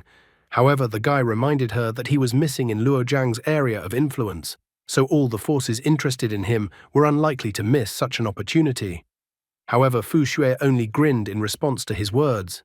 She stated that stalling was useless. The military man behind him immediately jabbed his weapon at him, telling him to continue walking forward. In the same instant, a horrifying sight appeared before the guy. Many people were trapped in glass tanks. Seeing the guy, the girl with animal ears on her head in one of the glass tanks even smiled. Qi Yui asked Fu Shui if he could listen to what the girl was saying. Fu Shui informed that such a thing was possible, but she thought that such failed products were not even worth the guy's time. Qi Yui grabbed the tablet from Fu Shui's hands. He wondered why she was calling him out. The girl's eyes lit up with hope. She happily announced that her brother had finally come to take her home. Tears appeared in the girl's eyes as she complained about the current treatment of the disease and how much pain she was in. In addition, she confessed that she missed her mom a lot. The aura around the girl changed drastically and her eyes turned bright red as she desperately declared that she wanted to go home. Fu Shui informed him that the experimental DL006 subject was exhibiting an overload reaction, suggesting elimination. The guy suddenly became overly emotional and asked the girl to calm down so that her brother would take her home. The girl immediately smiled and began to calm down. However, at that moment the military shot at her, announcing that she was finished. The guy was just furious at such a military man's prank. But Fu Jue said that the girl should be proud of it because she, like the others, sacrificed herself for the evolution of mankind. The military immediately surrounded the guy, but he didn't flip out and pointed out that in such a case, the sacrifice should be voluntary. However, Fu Xue responded to his rebuke by explaining that they had all signed a contract and were also given money. Qi Yue rightly pointed out that this was not the case with him at all. Fu Xue admitted that it was her mistake after all, the guy is unique. With a slightly flushed face, the girl inquired about what the guy wanted. Without thinking long, Qi Yue took Fu Xue hostage, politely asking the others not to move, as otherwise he would kill the hostage. However, this action of the guy only made the girl smile and then laugh. The guy couldn't understand why the girl was laughing. After all, even though he had a small laser sword in his hands, it was still possible to kill someone with it. Looking at the guy and touching his face, she felt sorry that the guy was not willing to cooperate with them at all. Looking at him with a frightening smirk, she informed him that the guy was still completely unaware of how valuable he was. After all, she considered herself completely useless compared to him. Therefore, the mad scientist Fu Xue was happily willing to sacrifice herself. When the guy got worried about her and let his guard down, she only glared at him with a chuckle. As he continued to call the girl crazy, the military managed to grab him. But the girl wasn't embarrassed in the slightest. She noticed that the guy was still too kind since he was even worried about her life. The guy didn't understand why they should become like these scientists who had lost their humanity and were willing to harm their own kind. Fu Xue again pathetically declared that it was all for the sake of humanity. For the sake of humanity, it didn't matter whether it was about him or her. While he was focused on her, a syringe of sleeping pills entered his body. The guy's eyes slowly began to close, and then the military quietly took the rowdy visitor to the place prepared for him. Soon they had many sensors hooked up to his body. Looking at his vitals, they noticed that all the data was normal. The guy's heart rate was also normal. So they decided to do a pain level test. The guy only had time to open his eyes before he was immediately struck by an electric shock. He immediately lost consciousness. The man standing next to him said that they should record the data correctly. At the same time, the military men standing outside the room saw the man with glasses arrive. They immediately grabbed their weapons, pointing them at the man and asking who he was. After a while, Qi Yue regained consciousness. The first person he saw was a man with glasses. The man asked the guy if the guy still chose people.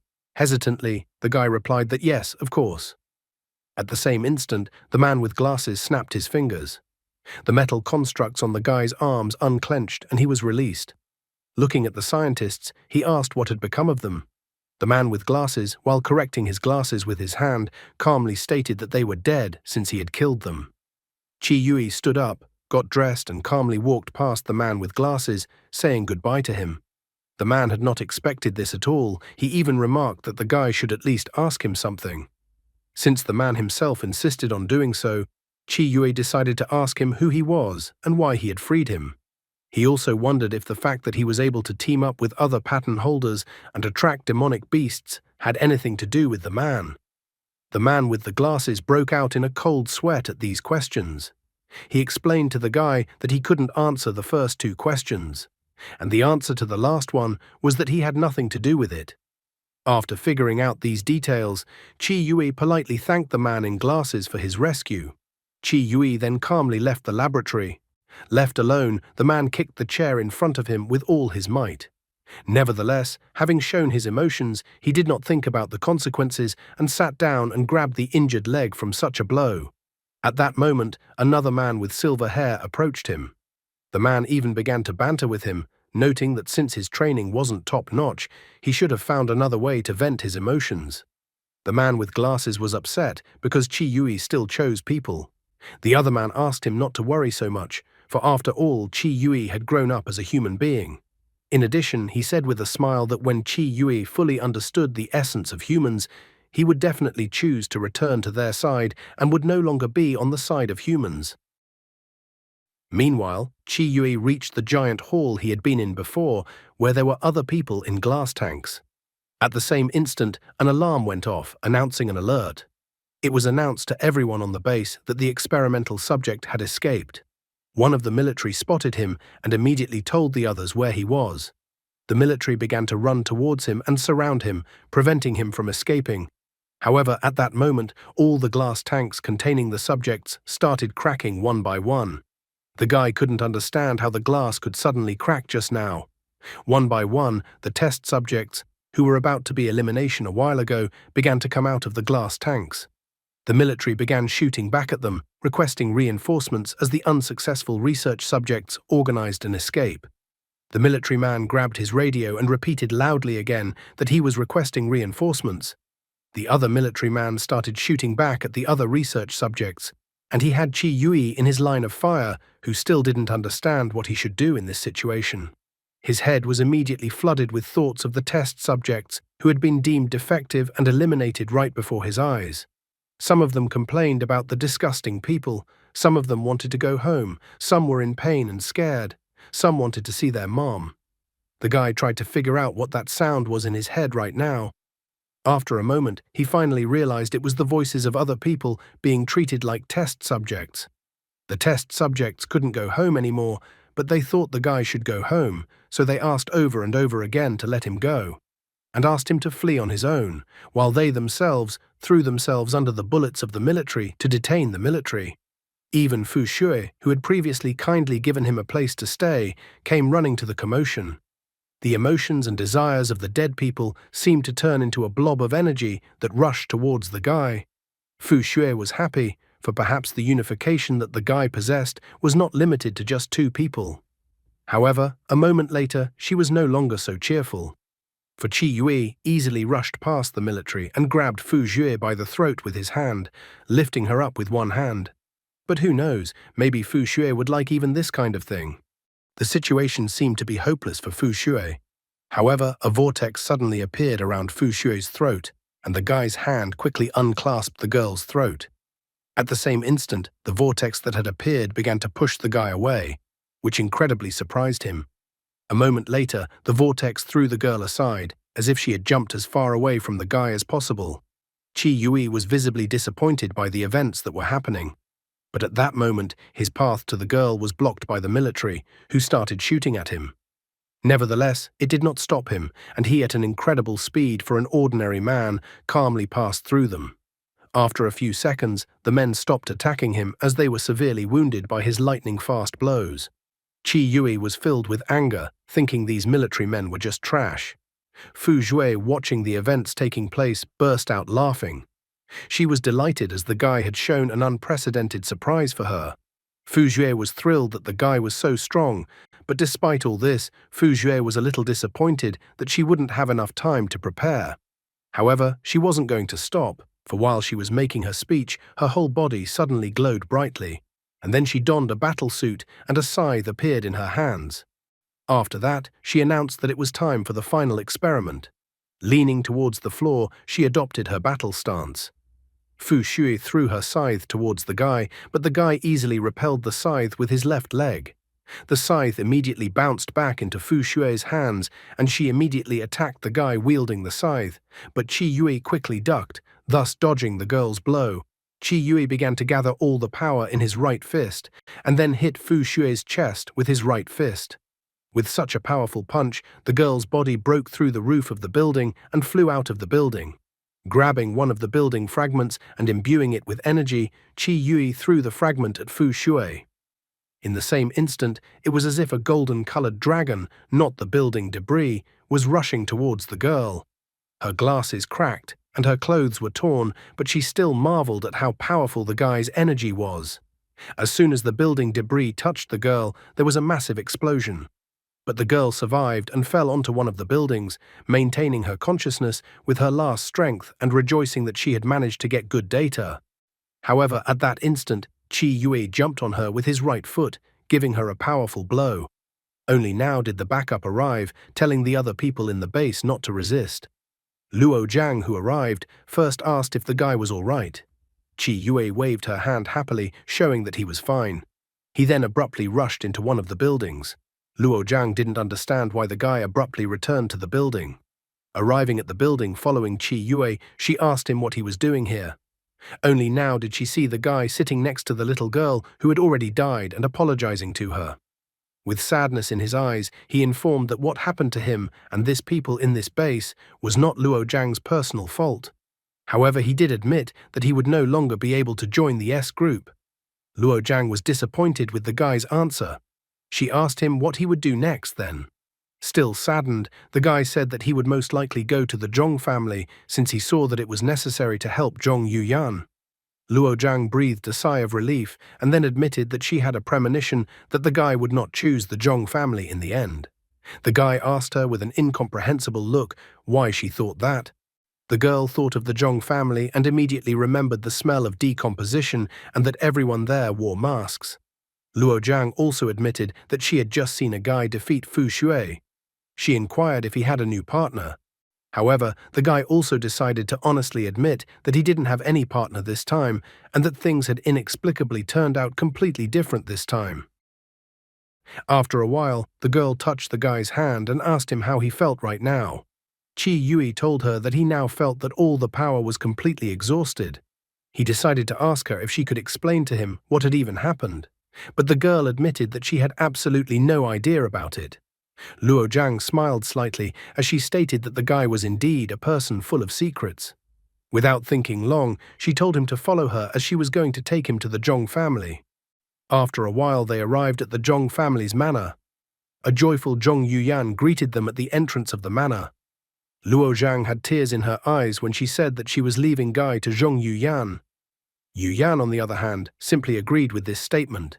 She asked if Luo Zhang would go with them, but sadly, Luo Zhang tearfully explained that she had a lot of things to do that needed to be dealt with urgently. Her face instantly turned serious when she said that there were too many vermin. After that, she bid them farewell, wishing them to have fun without her. Zhong Yuyan was even a little puzzled as to how the whole upcoming process could be fun. Soon they arrived again at the head of the Zhong family, the same old man whose vile behavior caused the guy to leave the Zhong family's estate last time. The old man with a disgruntled look demanded that the guy unite with Yuyan. However, the guy was not satisfied with this and asked what would happen if he didn't want to do so. At this moment, another guy jumped up. He was displeased at how dare Qi Yue speak to the master in such a tone. Qi Yue brushed his right ear with his finger and stated that he didn't understand where the barking had just come from. The guy was just angry at being compared to a dog. But then an old man intervened and told him to stop arguing. Qi Yue even demanded that the guy be sent to the testing ground. The girl immediately decided to intervene, trying to appeal to her father. But her father asked her to wait for now. He informed Guy that first of all, he had only come because of Zhong Yuyan. He was about to continue speaking, but Qi Yue interrupted him. He angrily stated that he would not serve the old man, and then showed the old man the middle finger of his right hand. After that, the guy defiantly turned around and headed towards the exit. Now, the old man stated for the second brother to arrange a marriage for Yuyan, and that one should continue to prepare for the wedding. This kind of statement from her father was incredibly shocking to Zhong Yuyan. After all, she didn't expect to hear something like this today. Qi Yue was also extremely displeased with the old man's wish. The old man stated that if she couldn't handle even such a small thing, then there was no value in it. The guy also stated that there was no point in holding Qi Yue back since he was as disloyal to them as possible. Qi Yue stopped and inquired what the guy meant. Then the guy revealed that he originally wanted to kidnap Qi Yue after learning about his abilities, or was going to start by investigating Qi Yue's younger sister to begin with. However, looking at Yuyan, the guy stated that she ruined everything. The guy confessed that at first he thought the girl had ambitions for family wealth, but he was surprised to find out that the girl just fell in love with Qi Yue and can't think clearly when she sees him. So since the girl wants it, the guy decided that her wish should be granted.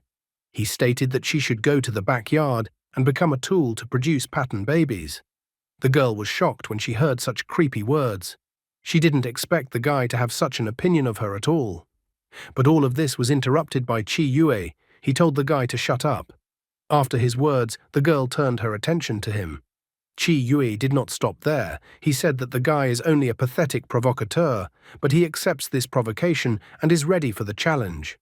The old man was happy about this. He declared with a smile that Qi Yui needed to go to the testing ground.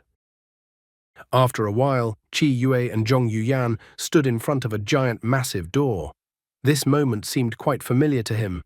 With a sad look, Zhong Yuyan wanted to tell him something, that she wasn't really like this at all. However, the guy only smilingly inquired why she didn't tell him everything right away. The guy confessed that if the bastard hadn't told him everything, he would never have known how much Zhong Yuyan was helping him and how much she was doing for him. The girl's face turned incredibly red in the same instant as she declared that she hadn't done anything special at all. As she came closer to the guy, she rested her head on his shoulder and took his hand. The girl sadly said that because of the mergers, the guy already had enough worries. Qi Yui thought about her words, remembering how many hardships and trials he had gone through recently, how he had risked his life during this. Still with a red face, the girl admitted that she was a little afraid, but asked the guy to hug her. Qi Yui and the other guys were incredibly shocked by her words and face at that moment. The guy was of course willing to do what the girl asked him to do, but he didn't understand why other people should be present and watching them. Experiencing some awkwardness, the two guys who were watching them had to turn their backs. One of the guys awkwardly stated to the other that the weather was nice today. The other guy coughed and agreed with him. At this moment, Zhong Yuyan gently hugged Qi Yui, and he hugged her back. But immediately the girl whispered to him about the demon inside. Then the guy discovered that some kind of stone appeared in his pocket. A little awkwardly, the guy asked her not to worry, for surely everything would be fine. After that, the guys turned to face them again, and one of them said that they couldn't waste any more time. Zhong Yuyan looked at Qi Yui and wished him good luck. However, Qi Yui asked her not to worry about anything and boldly stepped through the massive doors that opened. Before finally disappearing behind the doors, he declared that when he came out after the ordeal, he was going to overthrow this stinking old era together with Zhong Yuyan. The girl even laughed awkwardly, promising that she would look forward to it. When he was about to disappear behind the closing door, she asked him to focus on the current challenge. After all, she wasn't really alone now, and besides what the guy was doing, the girls also had their own battlefield. Where would their revolutionary spirit lead them to? And that's all for today. Thank you very much for watching the video. If you would like to see a sequel, please like, subscribe to the channel, and leave your wishes in the comments. You can also subscribe to Telegram to know about new videos. Bye everybody.